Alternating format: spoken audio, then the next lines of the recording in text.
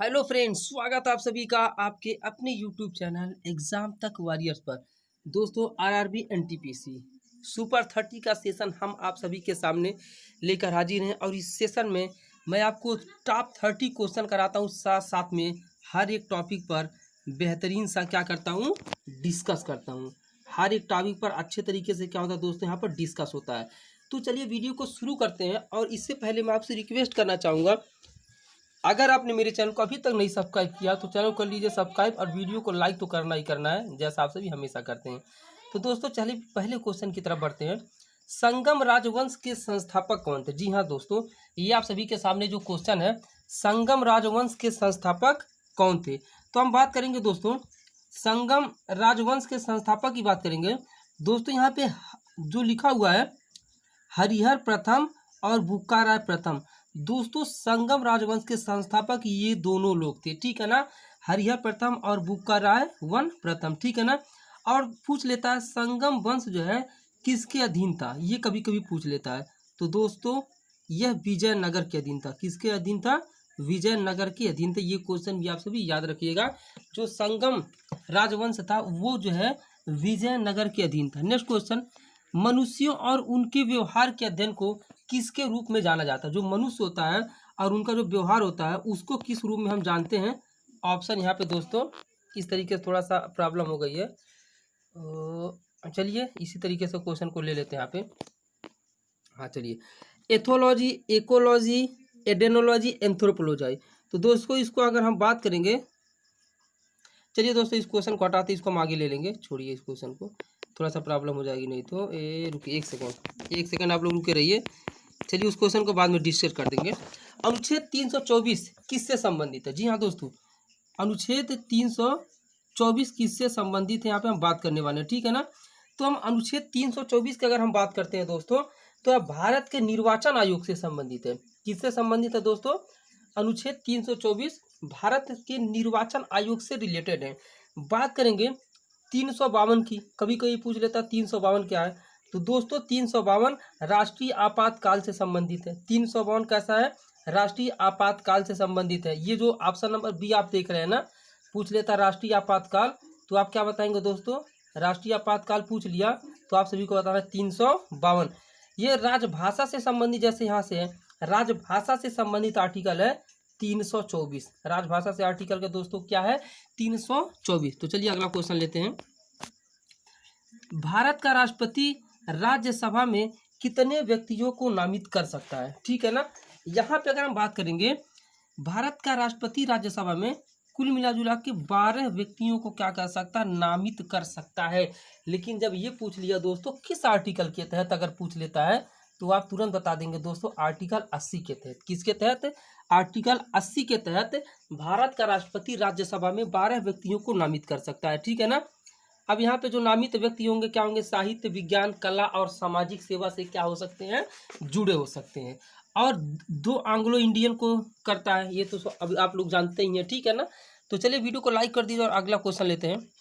निम्नलिखित में कौन सी अनुसूची पंचायतों से संबंधित है? अनुसूची 11 या अनुसूची 10 या अनुसूची 5 या अनुसूची 7? पंचायतों से। तो दोस्तों हम बात करेंगे, तो यहाँ पे जो 11वां नंबर का है ना, यह पंचायतों से जो है क्या है? रिलेटेड है, संबंधित है। ऑप्शन ये इसका करेक्ट आंसर है, ठीक है ना। अनुसूचित 10 की बात करेंगे। अनुसूचित 10 जो होता है संसद के सदस्यों की अयोग्यता से संबंधित होता है, ठीक है। अनुसूचित 5 की बात करेंगे, यह अनुसूचित जनजाति और अनुसूचित जनजाति से रिलेटेड होता है, ठीक है ना। और ये 7 जो होता है दोस्तों, अनुच्छेद 7 होता है, यह क्या करता है? बंटवारा कराता है किसके बीच में? राज्यों और संघों के बीच में। तो उम्मीद करता हूँ आप सभी जरूर समझोगे। नेक्स्ट क्वेश्चन लेते हैं। निम्नलिखित में से कौन सी नदी काजीरंगा राष्ट्रीय उद्यान से होकर चलती है? देखते हैं क्या क्वेश्चन है। आ गया। निम्नलिखित में से कौन सी नदी काजीरंगा राष्ट्रीय उद्यान से होकर बहती है? बराक नदी या कामेंग नदी या मानस नदी या ब्रह्मपुत्र नदी? आप किस ऑप्शन के साथ जाना चाहते हैं क्वेश्चन नंबर 70 में? तो दोस्तों हम बात करेंगे, यहाँ पे जो काजीरंगा राष्ट्रीय उद्यान से होकर जाती है, तो यहाँ पे हम बात करेंगे ऑप्शन नंबर डी के साथ। जो ब्रह्मपुत्र नदी होती है ना, वह क्या करती है? वह जो है काजीरंगा राष्ट्रीय उद्यान से ये होकर बहती है, ठीक है ना। काजीरंगा राष्ट्रीय उद्यान का एक विश्व धरोहर है। क्या है दोस्तों? एक जो है विश्व धरोहर है। उसके बाद यहाँ पे बात करेंगे, काजीरंगा नेशनल पार्क में एक सींग वाले गैंडे पाए जाते हैं दोस्तों। एक यहाँ एक सेकेंड। काजीरंगा राष्ट्रीय पार्क में दोस्तों क्या होता है, एक सींग वाले गैंडे पाए जाते हैं। आप याद कर लीजिएगा, ये क्वेश्चन बहुत बार एग्जाम में पूछा जाता है।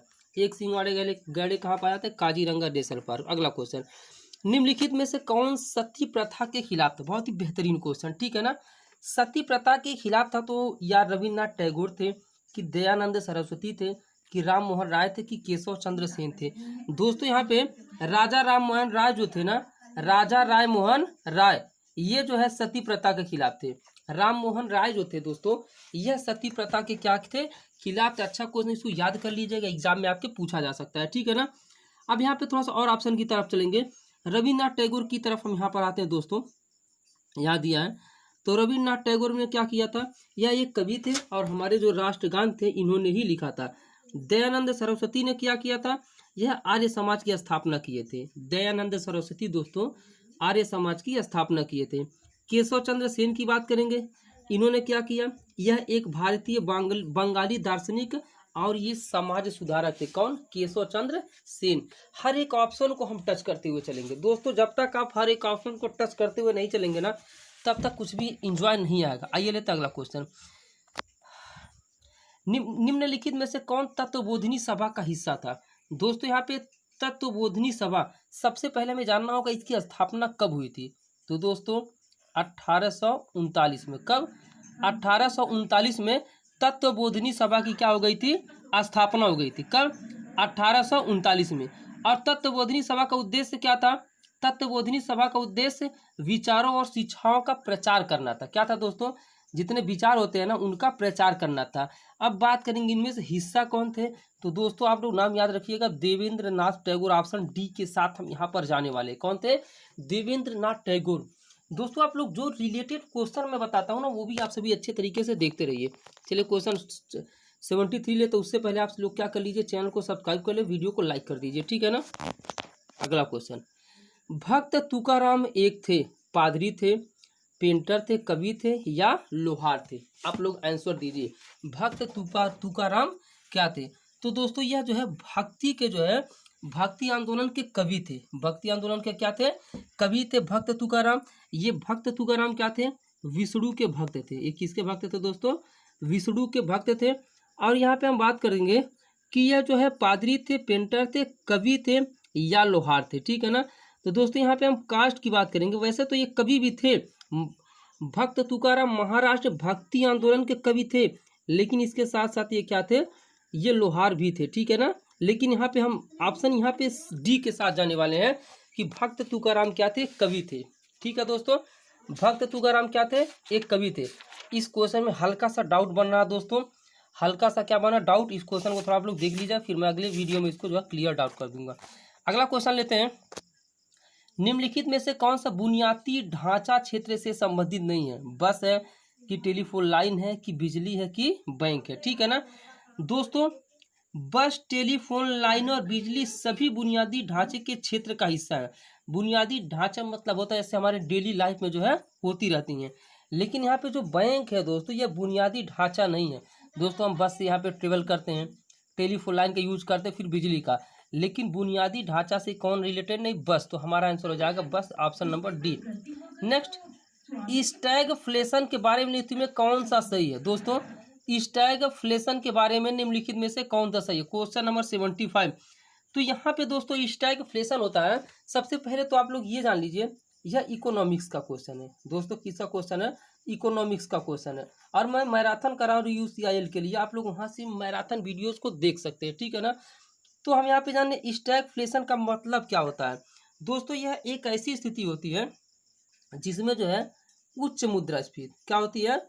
उच्च जो मुद्रास्फीति होती है और उच्च ठहराव होते हैं, इसमें जो है उच्च मुद्रास्फीति और उच्च ठहराव। तो हम यहाँ पे जाने वाले हैं ऑप्शन नंबर ए के साथ, यानी कि यहाँ पे है ऑप्शन नंबर ए। स्टैगफ्लेशन का मतलब होता है उच्च मुद्रास्फीति और उच्च स्थिरता। अब इसको जानते मुद्रास्फीति है क्या, टोटल चीज़ों को समझते हैं। दोस्तों मुद्रास्फीति तब होती है जब माल वस्तु की कीमतें बढ़ जाती हैं। मुद्रास्फीति तब होती है जब वस्तु की कीमतें क्या होती हैं, बढ़ जाती हैं। ध्यान से समझिएगा, जब वस्तु की कीमतें बढ़ती हैं तो मुद्रास्फीति होती है, ठीक है ना। और जब वस्तुओं के उत्पादन में गिराव होता है तो उसको बोलते हैं स्थिरता आ गई। क्या आ गई, स्थिरता आ गई। चलिए आप लोग लाइक करते चलिए वीडियो को, ठीक है ना। नेक्स्ट क्वेश्चन, ये कह रहा है MS ऑफिस किस प्रकार का सॉफ्टवेयर है। जी हाँ दोस्तों, प्रयोग है कि कोई नहीं कि कोडिंग की प्रणाली। MS ऑफिस क्या है, तो दोस्तों MS ऑफिस आप सभी को पता है, यहाँ पे दे रखा है ना, MS ऑफिस एप्लीकेशन दिया है ना यहाँ पे, तो एप्लीकेशन का हिंदी होता है प्रयोग। तो MS ऑफिस एक प्रकार का क्या दोस्तों, एप्लीकेशन है। और हम यहाँ पे चाहेंगे ऑप्शन नंबर ए के साथ। दोस्तों NTPC में कंप्यूटर के बहुत ज़्यादा क्वेश्चन आते हैं, आप सभी तैयार करते रहें। किस सॉफ्टवेयर के भाग को एक्सेल कहा जाता है। चलिए, किस सॉफ्टवेयर के भाग को एक्सेल कहा जाता है, MS ऑफिस के, MS वर्ड के, एक्रोबेट रीडर के या पेंट के। तो दोस्तों हम यहाँ पे बात करने वाले हैं, एक्सेल क्या होता है। जो यहाँ पे एक्सेल होता है ना, वो MS ऑफिस का क्या होता है, एक हिस्सा होता है। जो एक्सेल होता है ये किसका हिस्सा होता है, MS ऑफिस का। तो इसका आंसर हो जाएगा ऑप्शन नंबर ए, ठीक है ना। 78, विभिन्न सिस्टम से जुड़ने के लिए लैन का उपयोग किया जाता है, उसका पूरा नाम क्या है। तो दोस्तों लैन का लोकल एरिया नेटवर्क, जहां लोकल एरिया नेटवर्क दिखे तुरंत आप लोग क्या कर दीजिए, ट्रिक मार दीजिए। लैन का फुल फॉर्म क्या होता है, लोकल एरिया नेटवर्क। दोस्तों क्या होता है, लोकल एरिया नेटवर्क। याद कर लीजिएगा, ये क्वेश्चन एग्जाम में पूछा जा सकता है आपके NTPC में। L से लोकल, A से एरिया, N से नेटवर्क। हम चले जाएंगे इसमें ऑप्शन नंबर बी के साथ। आप सभी के समझ में अगर वीडियो आ रहा है तो वीडियो को लाइक कर दीजिए, और जो भी चैनल पर नए हैं चैनल को सब्सक्राइब करें और बेल आइकन को जरूर प्रेस करें। लेते हैं क्वेश्चन नंबर दोस्तों 79, विद्युत चुंबक का जनक किसे कहा जाता है। दोस्तों यहाँ पे who is the father of electromagnetism, विद्युत चुंबक का जनक किसे कहा जाता है। तो दोस्तों यहाँ पे सबको पता है, जेम्स क्लर्क मैक्सवेल को कहा जाता है, कि हेनरिक रुडोल्फ हर्ट्ज को, कि रॉन्टगन को, या माइकल फैराडे को। किसको कहा जाता है विद्युत चुंबकत्व का जनक। तो दोस्तों सबको पता Michael Faraday. Option number D के साथ जाने वाले कौन है, माइकल फैराडे। विद्युत चुंबकत्व क्या, भौतिकी की एक शाखा है जो विद्युत चुंबकीय बल से संबंधित है, जो विद्युत आवेशित कणों के बीच क्या होता है दोस्तों, स्थित होता है। और जो विद्युत चुंबकीय बल होता है दोस्तों, वह चार मूलभूत जो है, वह क्या होता है, चार मूलभूत बलों में से एक है। चार मूलभूत बल होते हैं, विद्युत चुंबकत्व उनमें से एक है। और चार मूलभूत बल है कौन, चुंबकीय, विद्युत चुंबकीय क्षेत्र, विद्युत क्षेत्र और प्रकाश। ये चार मूलभूत आपके क्षेत्र होंगे। क्वेश्चन नंबर 80 की बात करते हैं, फोकल लंबाई किसके बीच की दूरी है। फोकल लंबाई किसके बीच की दूरी है। तो दोस्तों फोकल लंबाई फोकस और दर्पण के ध्रुव के बीच की दूरी है। फोकल लंबाई क्या दोस्तों, फोकस और दर्पण के ध्रुव के बीच की दूरी है। तो दोस्तों हम यही पर एंड करते हैं ऑप्शन सी के साथ। और जो भी 20 क्वेश्चन बचे हैं ना, उसको हम कल के वीडियो में लेने वाले हैं। किसके वीडियो में, कल के वीडियो में लेने वाले हैं। और आप सभी से रिक्वेस्ट है, चैनल को सब्सक्राइब कर दो। जितने भी जीके के वीडियोज है ना, सब आप सभी देख लीजिए, ठीक है ना। चलिए एंड करते हैं। अच्छा लगे तो लाइक और शेयर जरूर करें। Thanks for watching.